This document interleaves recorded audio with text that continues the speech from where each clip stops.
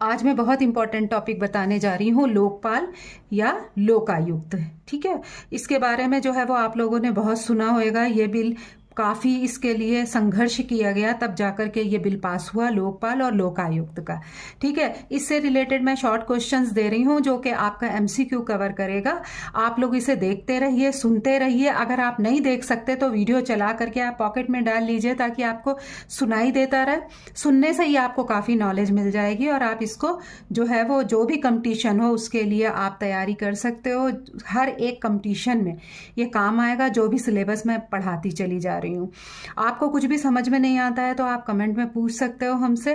Video को subscribe कीजिए, like कीजिए और बेल आइकन ज़रूर दबाइए, क्योंकि मैं डेली के डेली ये वीडियो डालती हूँ ताकि नोटिफिकेशन आप तक पहुँच पाए। ठीक है, अब आप देखिए कि लोकपाल या लोकायुक्त। बेटा इसको अच्छे से समझ लीजिए कि लोकपाल जो है वो सेंटर के लिए है, यानी केंद्र की जांच एजेंसी समझ लो, और लोकायुक्त जो है वो है राज्यों की जांच समिति या जांच एजेंसी, जो भी समझें आप। ठीक है, और हम हमेशा बेटा आपको एक चीज बताते चले जा रहे हैं कि जो भी हम क्वेश्चन शॉर्ट आपको बताते हैं उसका जवाब सिर्फ एक शब्द का होता है या एक लाइन में बस होता है, एक शब्द ही होता है मान लीजिए, लेकिन आपको हम समझाने के पॉइंट ऑफ व्यू से थोड़ा उसको एक्सप्लेन करने के लिए एक दो लाइन बढ़ा देते हैं। तो अगर आपका क्वेश्चन आता है, शॉर्ट क्वेश्चन आता है, तो उसका जवाब जो आपको मिलेगा ना वो एक ही शब्द का मिलेगा एमसीक्यू में। तो आप अगर एक शब्द याद कर लेंगे वही आपका काम हो जाएगा, लेकिन समझने के लिए मैं आपको थोड़ा सा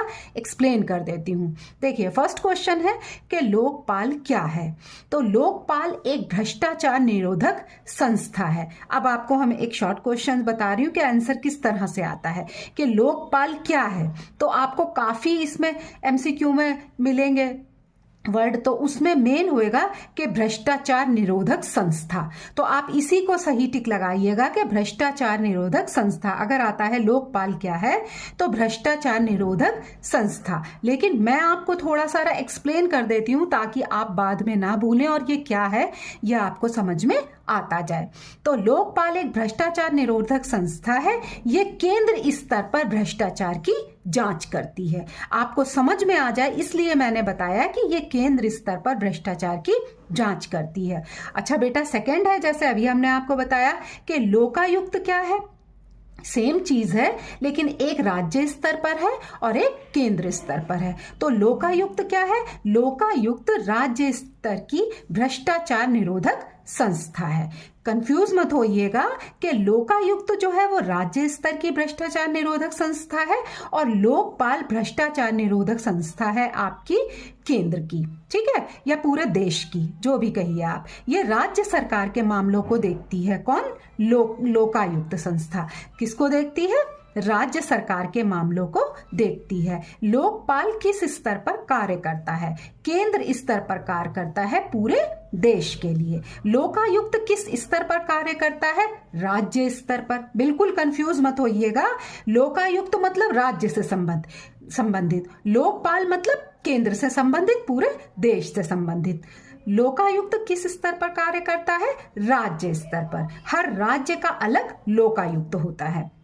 लोकपाल की स्थापना किस कानून से हुई? लोकपाल और लोकायुक्त अधिनियम 2013 यानी भ्रष्टाचार रोकने के लिए बना कानून। अब आपका एक बात देख लीजिए आप लोग कि लोकपाल की स्थापना किस कानून से हुई, तो आपका उत्तर जो है वो यही मिलेगा कि लोकपाल और लोकायुक्त की जो है स्थापना अधिनियम 2013 से हुई। तो आपका उत्तर सिर्फ यही है, लेकिन हम आपको समझाने के लिए बोल दे रहे हैं कि भ्रष्टाचार रोकने के लिए यह कानून बना।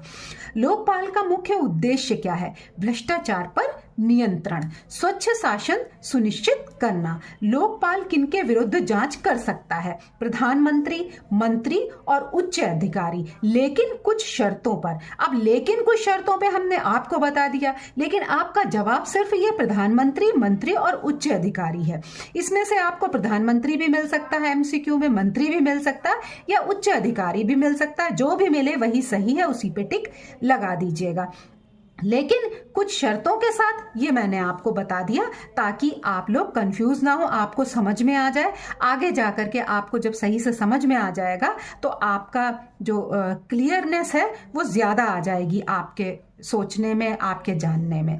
क्या प्रधानमंत्री लोकपाल के अंतर्गत आते हैं? हाँ, प्रधानमंत्री लोकपाल के अंतर्गत आते हैं, राष्ट्रीय सुरक्षा से जुड़े मामलों को छोड़कर।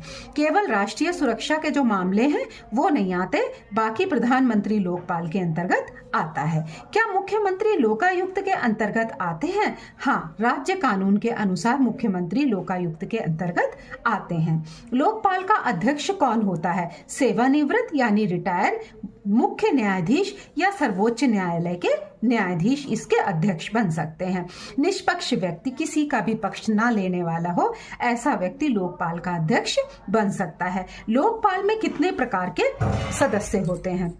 इसको बेटा बड़े ध्यान से सुनिए कि लोकपाल में कितने प्रकार के सदस्य होते हैं। न्यायिक, गैर न्यायिक सदस्य और कानूनी प्रशासनिक अनुभव के लिए। ठीक है, न्यायिक होते हैं इसमें और गैर न्यायिक सदस्य होते हैं जो कि कानूनी व प्रशासनिक अनुभव जिनका अधिक होता है। ठीक है, नेक्स्ट क्वेश्चन देखिए आपका है, लोकपाल की नियुक्ति कौन करता है? कौन करता है लोकपाल की नियुक्ति? राष्ट्रपति करता है, चयन समिति की सिफारिश पर। लोकपाल का कार्यकाल कितना होता है? लोकपाल का कार्यकाल 5 वर्ष का होता है, 70 वर्ष की आयु तक। ठीक है, यानी कि 5 वर्ष वो रहेगा, लेकिन अगर मान लीजिए 65 वर्ष का कोई है तो वो 5 वर्ष के बाद 70 का हो जाएगा, और मान लीजिए किसी की 59 वर्ष है या फिर 68 वर्ष है तो वो केवल अपने 2 साल ही पद पर रहेगा, यानी कि जो पहले हो। ठीक है, लोकपाल चयन समिति में कौन कौन होता है? प्रधानमंत्री, लोकसभा का अध्यक्ष, मुख्य न्यायाधीश और विपक्ष के कुछ नेता जो है वो संतुलित चयन क्रिया के लिए लोकपाल चयन समिति में होते हैं। क्या लोकपाल किसी मंत्रालय के अधीन होता है? नहीं, ये स्वतंत्र संस्था है, ये किसी के अधीन नहीं होता। लोकपाल को कैसे हटाया जा सकता है? संसद की महाभियोग प्रक्रिया से, जो कि बहुत जटिल प्रक्रिया होती है। अब आपका बेटा क्वेश्चन आएगा कि लोकपाल को कैसे हटाया जा सकता है, तो सिर्फ आपका उत्तर है महाभियोग प्रक्रिया के द्वारा। बाकी मैं जो भी समझा रही हूँ आपको वो सिर्फ इसलिए समझा रही हूँ ताकि आपको सही से समझ में आ जाए। क्या लोकपाल जांच के आदेश दे सकता है? हाँ, सीबीआई या अन्य एजेंसी को वो जांच के आदेश दे सकता है। क्या लोकपाल मुकदमा चलाने की सिफारिश कर सकता है? तो इसका जवाब है हाँ, लोकपाल मुकदमा चलाने की सिफारिश कर सकता है न्यायालय के माध्यम से। लोकपाल का मुख्यालय कहाँ है? नई दिल्ली में है, केंद्रीय कार्यालय। ठीक है, लोकायुक्त सबसे पहले किस राज्य में बना? महाराष्ट्र में बना 1971 में। क्या सभी राज्यों में लोकायुक्त है? नहीं, आज भी कुछ राज्य ऐसे हैं जहां पर लोकायुक्त नहीं है। लोकायुक्त किनके विरुद्ध जांच करता है? राज्य के मंत्री और अधिकारियों के विरुद्ध जांच करता है राज्य स्तर पर। क्या आम आदमी लोकपाल में शिकायत कर सकता है? हाँ, आम आदमी भी लोकपाल में शिकायत कर सकता है, जन भागीदारी इससे सुनिश्चित होती है। ठीक है, नेक्स्ट क्वेश्चन देखिए, क्या गुमनाम शिकायत मान्य होती है? तो इसका जवाब है नहीं, गुमनाम शिकायत मान्य नहीं होती, क्योंकि झूठी शिकायत पर रोक लगाने के लिए ऐसा किया गया है। लोकपाल सीबीआई पर नियंत्रण रख सकता है क्या? हाँ, कुछ मामलों में लोकपाल सीबीआई पर नियंत्रण रख सकता है, जांच की निगरानी। क्या लोकपाल आरटीआई के अंतर्गत आता है? हाँ, लोकपाल आरटीआई की अंतर्गत आता है पारदर्शिता के लिए। लोकपाल और सीबीआई में क्या अंतर है? लोकपाल निगरानी करती है, सीबीआई जांच करती है, दोनों की भूमिकाएं अलग अलग हैं। लोकपाल स्वतः संज्ञान ले सकता है? हाँ, लोकपाल स्वतः संज्ञान ले सकता है बिना शिकायत के भी। क्या लोकपाल अधिकारी को निलंबित कर सकता है? सीधे नहीं कर सकता, सिर्फ सिफारिश कर सकता है, जबकि अंतिम निर्णय सरकार का होता है। लोकपाल की रिपोर्ट कहाँ प्रस्तुत होती है? संसद में होती है रिपोर्ट प्रस्तुत, जवाबदेही के लिए संसद में प्रस्तुत होती है रिपोर्ट।